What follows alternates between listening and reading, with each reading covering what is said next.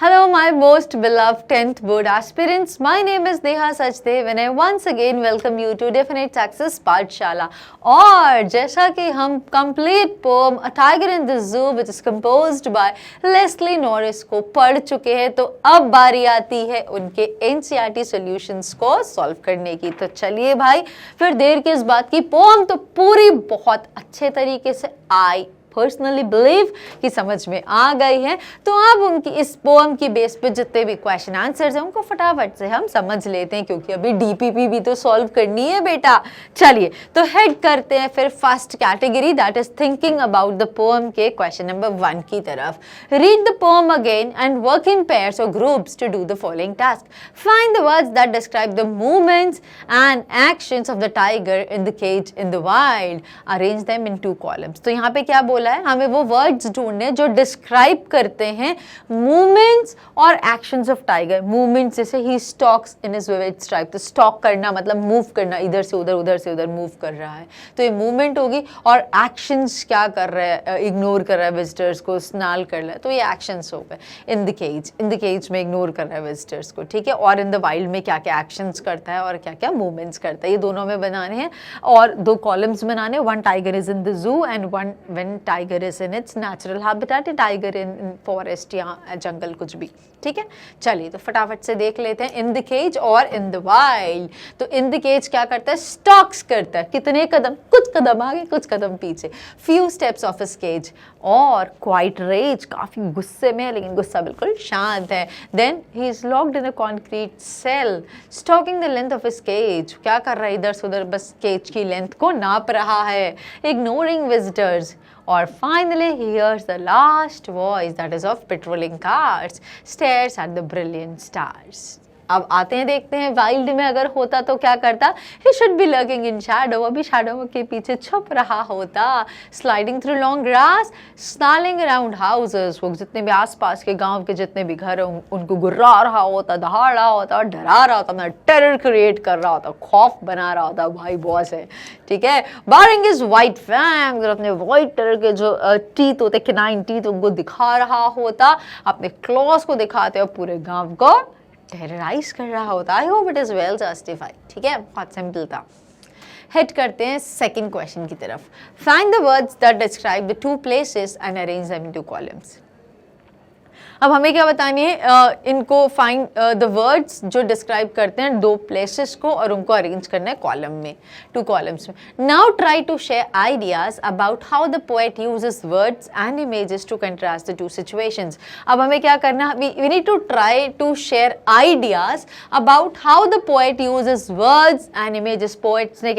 Poet Leslie Norris ने कैसे words का, इमेजेस का यूज करा है टू कंट्रास्ट द 2 सिचुएशन. एक tiger is in the zoo, एक tiger is in the wild, ठीक है.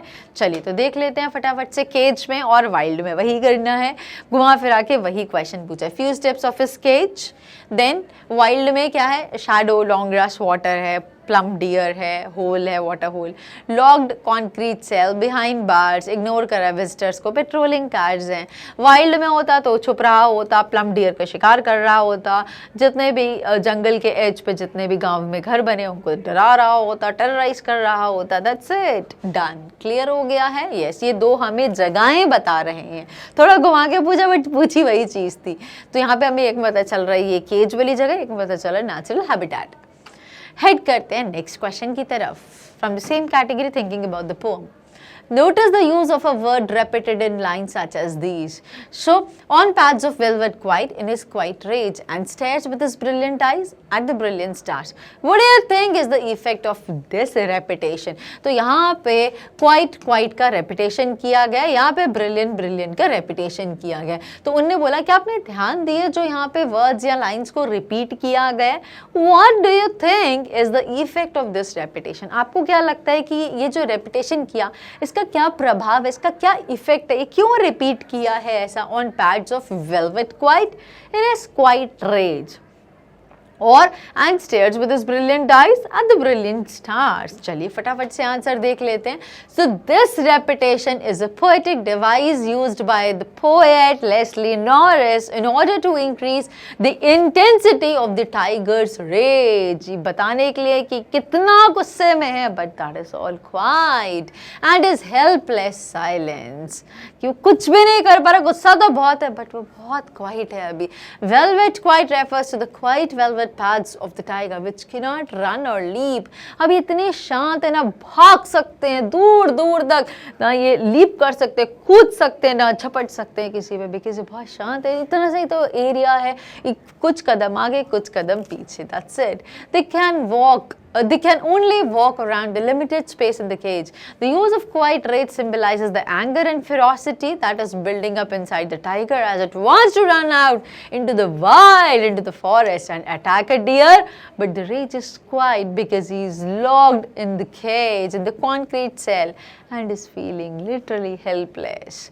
The repetition of quiet has thus brought immense beauty to this poem. I hope समझ में आ गया बहुत beautiful तरीके से, right? चलिए अब देख लेते हैं ब्रिलियंट स्टार, ब्रिलियंट आइज का क्या है. So the use of brilliant for the tiger's eyes as well as the stars also brings out the magnificence of these lines. The tiger stares at the brilliant stars with his brilliant eyes, dreaming about how beautiful his life could be in the forest. The repetition thus gives a wonderful effect to the poem. ये सिर्फ एक imagination नहीं कर रहा है, dream नहीं कर रहा है कि उसकी लाइफ कितनी अच्छी होती कि जब वो ब्रिलियंट स्टार्स को बिल्कुल फ्री अपने इस केज से बाहर आके ऐसे ओपन में और बिल्कुल फ्रीडम के साथ देख रहा होता. बट ऑल्सो ये कंसोल कर रहा है कि एक दिन, जब अभी मैं केज में हूँ बट एक दिन ज़रूर आएगा जब मैं भी ओपन में इनको ओपन में ऐसे देखूंगा. सो these two things make the word brilliant very dominant and very effective. So this is all about this question answer. Head करते हैं हमारे last question की तरफ. Again from the category thinking about the poem का. Why it is question number 1? Because इसके बाद एक different poem दी है टाइगर और पैंथर की, फिर उसकी बेस पे क्वेश्चन रेस करा गया. ये जो पोएम है ये हमें पढ़नी समझनी नहीं है, बट लाइक एक हमें एक बताया है कि एक टाइगर का केस ऐसा है, पैंथर का ऐसा है, और फिर उस पर कुछ क्वेश्चन पूछा गया. So that is the reason why it is number 1. So, read the following two poems, one about a tiger and other about a panther. तो पैंथर क्या होता है? टाइगर, पैंथर, लेपर्ड, लायन, ये जो सारे एनिमल्स होते हैं ये कैट फैमिली को बिलोंग करते हैं. सिमिलैरिटीज होते हैं बहुत सारी, एक पर स्ट्राइप्स होते हैं तो एक पर डॉट्स होते हैं, समथिंग दिस डिफरेंस. आर जूज, और फिर हमें क्या डिस्कस करना है एक क्वेश्चन को. Question is are zoos necessary for the protection और conservation of some species of animals? Are they useful for educating the public? Are they alternatives to zoo? तो इस पे जब हम पोएम को रीड करेंगे तो हमें 3 क्वेश्चन के आंसर करने हैं. पहला क्वेश्चन क्या है? क्या जू जरूरी होते हैं इन जानवरों के प्रोटेक्शन और कंजर्वेशन के लिए? कुछ स्पीशीज ऑफ एनिमल के पर्टिकुलर केस में पूछा गया है. And then are they useful for educating the public? क्या जू ज़रूरी होते हैं लोगों को एजुकेशन देने के लिए about the animals? And last one is are they alternatives to zoo? क्या जू का कोई ऑल्टरनेटिव हो सकता है क्या? तो ये 3 क्वेश्चन के आंसर हम देखते हैं फटाफट से. पहले पोएम्स पढ़ेंगे, टाइगर वाली और पैंथर वाली, और फिर क्वेश्चन का आंसर करेंगे. सो पोएम बिगिंस है. ये टाइगर वाली पोएम शुरू होती है. The tiger behind the bars of his cage growls, the tiger behind the bars of his cage snaps, the tiger behind the bars of his cage roars, then he thinks. तो tiger जब है behind the bars of his cage, वो जब अपने cage, अपने पिंजरे के bars के पीछे, तो वो ग्राउल कर रहा है, वो स्नैल कर रहा है, वो रोर कर रहा है, चीख रहा है, चिल्ला रहा है, गुर्रा रहा है, हुंकार कर रहा है. Then he thinks what? It would be nice not to be behind bars all the time because they spoil my view. I wish I were wild, not on show.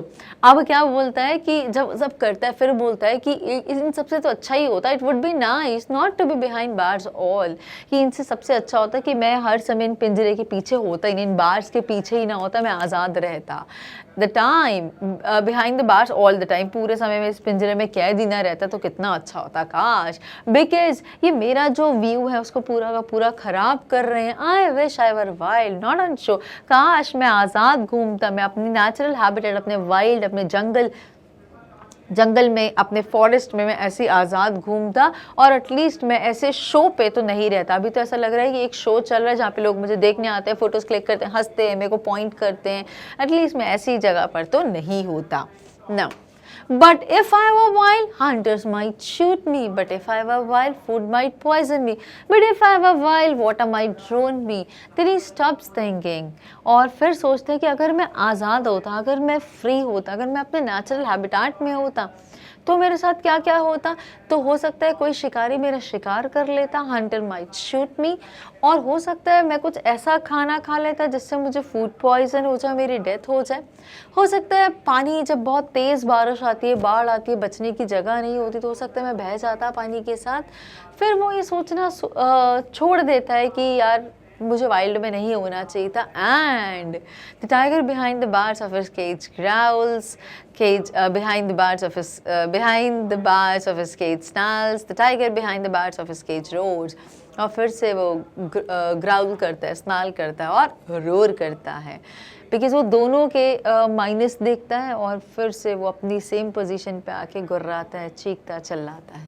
So now this next poem is from the panther. ये अभी हमने पढ़ी थी tiger की pome, अब हम पढ़ेंगे panther वाली, एंड देन हम फिर डिस्कस करेंगे वो 3 क्वेश्चन जो हमसे पूछे गए थे। कौन से 3 क्वेश्चंस, आई होप आपको याद होगा। This one, are zoos necessary for the protection or conservation of some species or animals?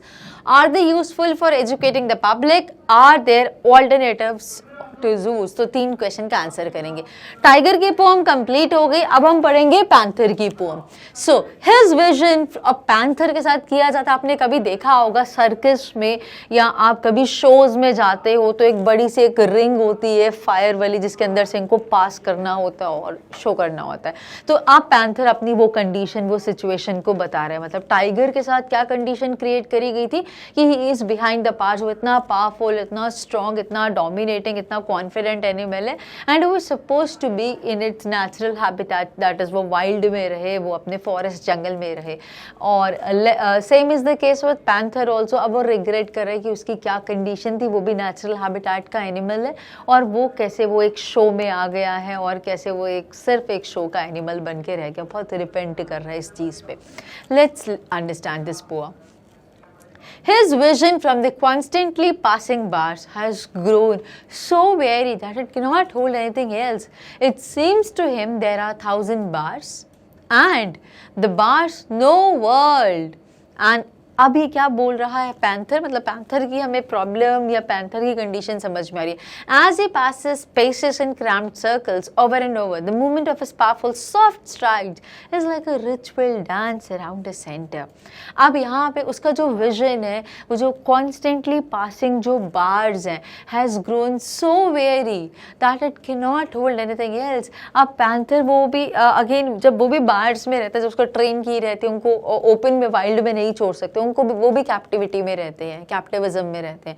सो उसका पैंथर का भी जो विजन है, from the constantly passing bars has grown so weary, वो इतना वियरी हो गया, इतना थक गया, इतना परेशान हो गया, इतना उसको बहुत अजीबो गरीब लग रहा है, that it can not hold anything else. अब उसको और कुछ उसके बाहर समझ नहीं आ रहा कि वर्ल्ड उसको लगता है खत्म हो गया। It seems to him there are 1,000 bars, उसको लग रहा है कितनी सारी रिस्ट्रिक्शन है, कितने सारे हिंड्रेंसेस है, बार्स हैं, ऑब्स्टिकल्स हैं, and behind the bars no world, और इन ऑब्स्टिकल्स के पीछे कोई वर्ल्ड ही नहीं है, खुद की उसकी नेचुरल हैबिटेट, जो उसकी लाइफ थी, नेचुरल लाइफ, वो तो बिल्कुल खत्म हो गई है। As he paces in cramped circles, और जैसे ही वो स्पीड से भागता है पैंथर और उन सर्कल्स के बीच में से निकलता है, ओवर एंड ओवर, बार बार उसको भाग के आना होता है और सर्कल के बीच में से निकलना होता है, और यही सर्कस में उनको शो करना होता है।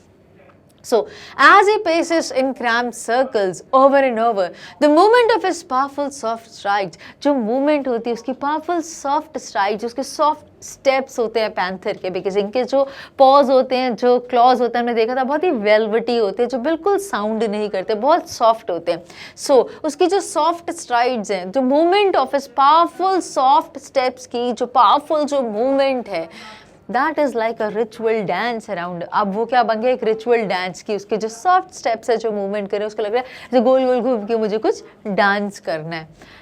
Around a center in which a mighty will stands paralyzed, और जिसके बीचों बीच एक ऐसा mighty person जो इनको कंट्रोल कर रहा है वो खड़ा है, बिल्कुल पैरालाइज, बिल्कुल जीरो होके वो खड़ा हुआ है, कोई मूवमेंट नहीं, कोई एक्शन, कोई जेस्चर नहीं. ओनली एट टाइम्स, और कभी कभी होता है कि कर्टन रेज होता है, कर्टन खुलता है. Only at times the curtain of the pupil lifts, और कुछ ही टाइम ऐसा होता है कभी बंद होता है कभी खुलता है. और जब कर्टन खुलता है लोग वहाँ पे देखते हैं क्वाइटली एंड, और एकदम से क्या होता है, बहुत शांति से पर्दा खुलता है और उस समय क्या होता है, एन इमेज एंटर्स इन, कोई इमेज अंदर एंटर करती है, rushes down to the tensed, जो हो सकता है यहाँ पे ही किसको बोला गया, जो सर्कस में जो शो कर रहा है उसके लिए जो टिकट्स होती हैं, जो वो पर्सन है जो टिकट्स दे रहा है लोगों को. सो एक इमेज एंटर होती है, जैसे ही कर्टन खुलता है वो इनको प्रेजेंट करते हैं. Rashes down through the tensed arrested muscles, plunges into the heart and is gone. Now, this is all about the poem Panther.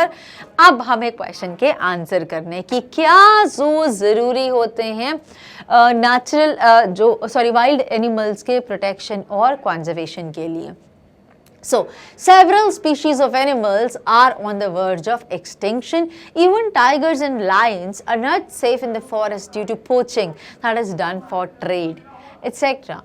Zoos are thus necessary for the protection or conservation of these species. तो tiger की pome में tiger ने जो बोला था, अगर मैं अपने नेचुरल हैबिटेट में होता, अगर मैं वाइल्ड में होता, अगर if I would not be behind the bars, तो मेरी कंडीशन क्या होती.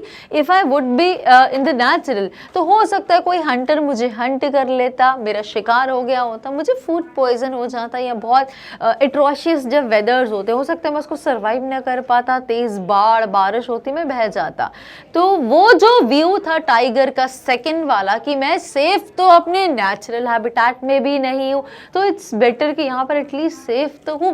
तो इसीलिए क्वेश्चन रेज करे कि क्या जो जरूरी होते हैं नेचुरल एनिमल वाइल्ड एनिमल्स के प्रोटेक्शन और कंजर्वेशन के लिए. तो इसका आंसर बिल्कुल सही है, हाँ, क्योंकि आजकल एनिमल पोचिंग बहुत ज्यादा बढ़ रही है, एनिमल हंटिंग शुरू से चलती आई है. तो इन्हीं चीजों के लिए जरूरी है एटलीस्ट उन एनिमल्स के लिए who are on the verge of extinction, जो बिल्कुल खत्म होने की कागार पर हैं, तो इन रेयर स्पीशीज को बचाना, इनको प्रिजर्व करना, इनको कंजर्व करना बहुत जरूरी है. और इसीलिए I personally believe zoos are mandatory and they're absolutely okay. So several species of animals are on the verge of extinction. Even tigers, lions, panthers, leopards, किसी की भी बात करें, aren't safe in the forest due to poaching that is done for trade, etc. Zoos are thus necessary for the protection or conservation of these species. Zoos are safe and can also be used to educate the public. Second question था, क्या zoos beneficial हैं to educate the public? तो उसका question का answer आता है, precisely पढ़ लेती हूँ क्वेश्चन क्या, थोड़ा सा बच्चों को कंफ्यूजन ना हो, तो बेटा क्वेश्चन देख लीजिए. Where is the question? Okay, so are they useful for educating the public? तो क्या जूस हेल्पफुल होते हैं, बेनिफिशियल होते हैं लोगों को एजुकेट करने के लिए? तो उस क्वेश्चन का आंसर यहाँ पर है, zoos are safe and can also be use to educate the public about the importance of wild animals and their role in maintaining the ecological balance. हाँ, क्योंकि ये ज़रूरी है हमें लोगों को समझाना, उनको गाइड करना, उनको पढ़ाना, उनको समझाना कि यस ये क्यों ज़रूरी है. अगर ये अपने नेचुरल में रहेंगे तभी तो इकोसिस्टम बैलेंस होगा, इको साइकिल मेंटेन तरीके से चलेगी. और what are their alternative to zoos? हाँ, जूस के लिए कुछ ऑल्टरनेटिव्स कर सकते हैं कि इतने छोटे से उनको पिंजरे में कैद ना करके, वो कॉन्क्रीट सेल में उनको ना रख के, हम थोड़ा उनको नेचुरल हैबिटेट जैसा उनको फील करा सकते हैं, एक एनवायरनमेंट क्रिएट करा सकते हैं, जिसको डमी बोलते हैं। डमी वाइल्ड प्लेस बोल सकते हो, या वाइल्ड लाइफ सेंचुरीज आपने सुनी होंगी, best example. So wild life sanctuaries, reserves and national parks are some alternatives to zoos. These not only help in the protection and conservation of these species, but also provide them with a natural habitat. ये सिर्फ इनको conservation और protection नहीं देती ऐसी species को who are on the verge of extinction, but also ये help करती है उनको उनका natural habitat मिल जाता है और बिल्कुल safely और protective way में वो लोग अपनी life spend कर सकते हैं happily. चलिए, this is all about the complete NCERT solution of this poem Tiger in the Zoo. तो अब बारी है आपकी, क्या करना है? बताना है कि कितने अच्छे तरीके से complete poem समझ में आई है। तो कैसे पता चलेगा मुझे? नीचे लिंक में DPP दिया हुआ है, क्वेश्चंस को अच्छे से पढ़िए, समझिए, सॉल्व करिए, फ्रेम करिए आंसर्स को, और फिर मिलूंगी मैं नेक्स्ट वीडियो में DPP के सॉल्यूशंस के साथ। Till then practice practice and practice until you achieve success, because definite success तो यहीं पे मिलने वाली इसी पाठशाला में। चलिए, bye bye and do take very good care of yourselves.